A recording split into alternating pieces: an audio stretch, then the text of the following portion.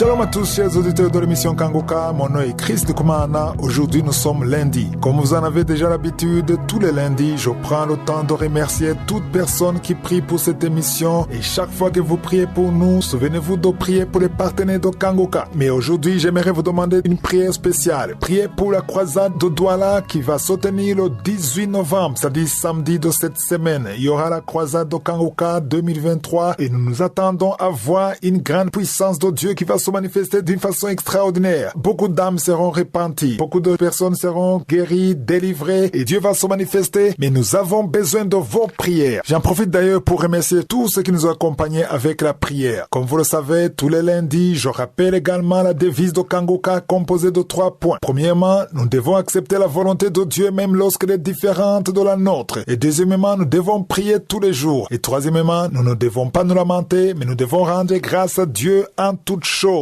Aujourd'hui, nous parlerons du premier point, c'est-à-dire accepter la volonté de Dieu même lorsqu'elle est différente de la nôtre. J'aimerais qu'on comprenne que pour arriver à accepter la volonté de Dieu même lorsqu'elle est différente de la nôtre, nous devons accepter d'être conduits par le Saint-Esprit. Être conduit par le Saint-Esprit, c'est-à-dire être guidé par Dieu dans tout ce que tu fais. Sinon, tu poursuivras ta propre volonté. Il est donc important que nous le comprenions. Être guidé par le Saint-Esprit, c'est-à-dire que le Saint-Esprit communique avec notre esprit et nous cherchons à savoir quelle est la position de Dieu dans tout ce que nous faisons. Nous devons être comme Moïse. Moïse est le peuple de Dieu. Le jour où ils ont quitté l'Égypte, ils ont traversé le désert vers la terre promise, mais ils étaient conduits par Dieu. Moïse n'allait pas où il voulait. C'est pas lui qui commandait. Il suivait la voie de Dieu. Dieu le guidait d'une façon exceptionnelle. Aujourd'hui, nous allons lire dans Exode 13. Exode chapitre 13, au verset 21, il est dit que l'Éternel allait devant eux. C'est-à-dire que Dieu allait devant Moïse et le peuple de Dieu. L'Éternel allait devant eux le jour dans une colonne de nuée pour les guider dans le chemin. C'est-à-dire que Dieu se manifestait à travers une colonne de nuée pendant le jour. Et Moïse ne faisait que suivre la colonne de nuée. Et la nuit, Dieu se manifestait à travers une colonne de feu. Parce que le verset dit la nuit dans une colonne de feu pour les éclairer. C'est-à-dire que le jour, Moïse suivait la colonne de nuée. Mais la nuit, il suivait une colonne de feu. Pourquoi le feu? Pour les éclairer. Il fallait qu'ils soient éclairés afin qu'ils marchassent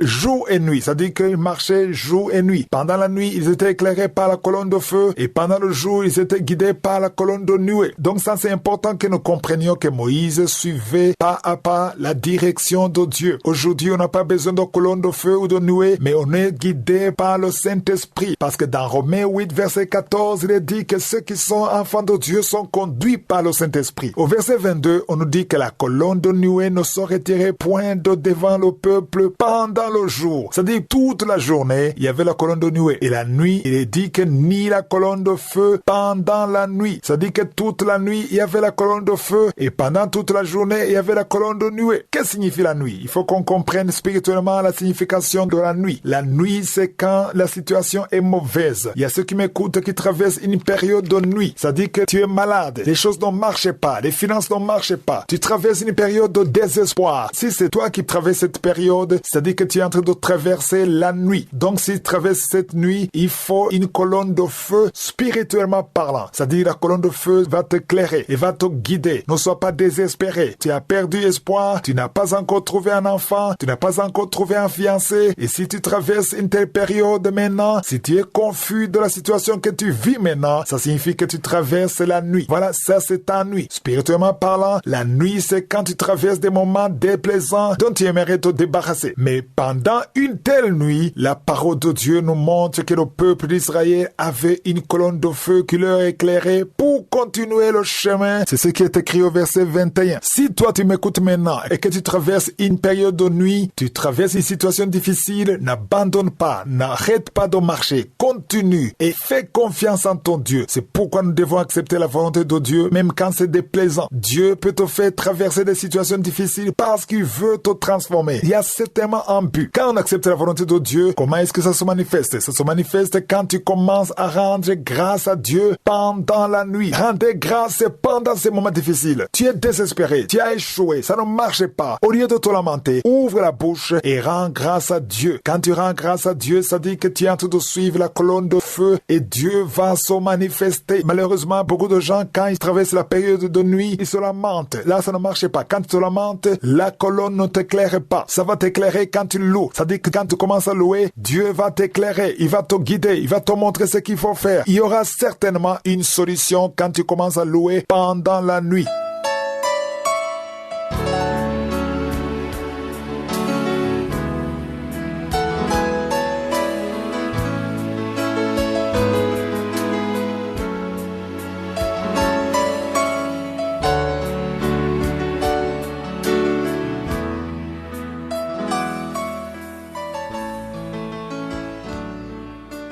Nous sommes maintenant dans la deuxième partie, c'est-à-dire le moment de l'enseignement, et nous continuons avec l'enseignement que j'ai intitulé « Les derniers jours ». Il est très important qu'on parle des derniers jours car c'est la période dans laquelle on se trouve. Nous avons lu le premier verset de Timothée chapitre 3, le premier verset. Paul a écrit à Timothée en disant « Sache que dans les derniers jours, il y aura des temps difficiles ». Et ces temps difficiles dont il parle, les 19 signes, je vous ai dit qu'il y a 19 signes, c'est ce que nous vivons aujourd'hui. Parmi les signes, on a parlé de l'égoïsme. Avant, je croyais que l'égoïsme est présent seulement en Europe, mais aujourd'hui, même en Afrique, on sent l'égoïsme à tel point qu'aujourd'hui, tu peux vivre dans un même quartier avec quelqu'un que tu ne connais pas. Ça fait des années que vous êtes dans le même quartier, sur la même rue, peut-être juste ton voisin, mais vous ne vous connaissez pas. Vous vous voyez juste quand vous sortez, peut-être vous vous saluez par la main, tu ne le connais pas, il n'y a aucune relation alors que vous êtes voisins. Ce n'était pas le cas il y a 30 ans, 40 ans. Ceux qui m'écoutent qui ont 50 ans, 70 ans ou plus, vous êtes témoins que l'amour a sensiblement diminué parce que nous sommes dans les derniers jours. Avant, on sentait vraiment de l'amour. Il y avait de l'amour et c'est ce qui manque aujourd'hui. Et si l'amour manque dans l'église, c'est la porte grandement ouverte pour le diable. C'est pour ça que je fais cet enseignement. Il faut qu'il y ait de l'amour dans l'église. Même si nous sommes dans les derniers jours, l'amour doit rester parce que c'est le commandement que Jésus nous a donné. Il a dit, je vous donne un commandement nouveau. Oui, il y a le courant. Il y a le courant des derniers jours. Il y a le vent du dernier jour. C'est ce que nous voyons. C'est clair. Tout le monde voit. Tout le monde est témoin. Mais dans l'église, soyons différents. Je vous ai dit qu'aujourd'hui, les gens accordent plus de valeur au téléphone, à la technologie. On s'occupe des gens qui sont loin, mais on ne s'occupe pas de ceux qui sont proches. Imagine quelqu'un qui passe tout son temps sur les réseaux sociaux, sur Instagram, sur TikTok, en train de regarder les publications des chanteurs, des politiciens, des personnes qu'il ne connaît pas, mais ne donne pas son temps à sa propre famille. Quand un enfant arrive de l'école, il se ferme dans sa chambre, il s'occupe de son téléphone. Les parents, chacun est sur son téléphone. Et il arrive même qu'on ne mange même plus sur la même table. Chacun, parfois tu trouves que les enfants mangent dans la chambre. Chacun pour soi. C'est ça le vent, le courant, l'esprit des derniers jours. Aujourd'hui dans les églises, on est arrivé dans une période où les chrétiens ne viennent que pour écouter la prédication et après la prédication, ils quittent. Ils quittent même avant la fin du culte. Ils ne veulent voir personne. Chacun pour soi. C'est pas ça l'église de Jésus-Christ. Nous sommes le corps de Christ. L'église est devenue aujourd'hui comme un marché ou une alimentation. Tu vas juste prendre ce que tu veux et tu sors. Et ce n'est pas ça la vision de Jésus. Quand on parle de l'église, il ne s'agit pas de 4 murs. L'église, ce sont les gens, 2 ou 3 qui sont assemblés. C'est l'amour, c'est la fraternité. Quand il y a 2 ou 3 qui se mettent en corps, dans commun accord, c'est ça l'église. La vraie définition de l'église ne se voit pas dimanche. L'église, c'est dans les maisons, dans les cellules, quand il y a la fraternité, quand on se connaît et quand on s'entraide. C'est ça la vision de Jésus pour l'église. Quand tu connais les fardeaux de ton frère, de ta sœur, tu connais ses problèmes, vous priez les uns pour les autres, vous vous entraidez. Voyez l'image parfaite de l'église dans le livre des Actes des Apôtres. Ils s'entraidaient. Celui qui était riche aidait le pauvre. Il y avait de l'amour. On se connaissait. Le problème d'un était le problème des autres. C'est comme ça que ça devrait être. Mais aujourd'hui, on ne connaît pas ces problèmes. On ne veut même pas savoir les problèmes des autres. Quand tu vois quelqu'un sur YouTube ou sur Zoom, tu ne connaîtras pas ses problèmes. C'est pour ça que les maisons de prière, les cellules, les maisons de prière, c'est très important que les chrétiens soient ensemble. La fraternité. Même parfois, dans le livre des Actes des Apôtres, ils se partageaient même le repas. C'est ça, l'amour fraternel qui manque aujourd'hui dans l'église. Je vous ai parlé du 9e signe, c'est-à-dire que les gens sont devenus insensibles. Quand on est insensible, on ne se soucie pas des autres. Le 10e signe, c'est que les hommes seront déloyaux. Le 11e signe, c'est que les hommes seront calomniateurs. Les calomniateurs sont devenus nombreux aujourd'hui à cause des réseaux sociaux. Aujourd'hui, il y a des gens qui se sont fait des juges. Quelqu'un va sur YouTube ou sur Facebook, il écoute les vidéos des prédicateurs différents dans les 4 coins du monde, non pas pour apprendre apprendre la parole de Dieu, mais rien que pour détecter les erreurs. Et quand il voit une erreur, il coupe la vidéo 1 minute ou 2 minutes, il va publier sur sa page et il va commencer à calomnier, insulter les serviteurs de Dieu. C'est ce qui se passe aujourd'hui dans les derniers jours. Quand vous verrez ça, ne soyez pas étonnés. C'est l'esprit des derniers jours qui est en train de guider ces gens pour insulter les serviteurs de Dieu. Et ça, ce n'est pas constructif, ce n'est pas édifiant. Et ça m'étonne que les gens aiment ça, ils suivent ça. Je vous encourage d'écouter des prédications qui édifient, qui sont guidées par le Saint-Esprit. Le Saint-Esprit ne guide pas quelqu'un pour insulter, pour juger les autres, pour calomnier. Ça, ce n'est pas l'esprit de Dieu, mais c'est plutôt la distraction du diable. Écoutez quelqu'un qui vous aide à changer, à être transformé, à grandir spirituellement. Si je suis le vœu, je vais continuer dans Kangoka de demain. Passez une excellente journée. À demain.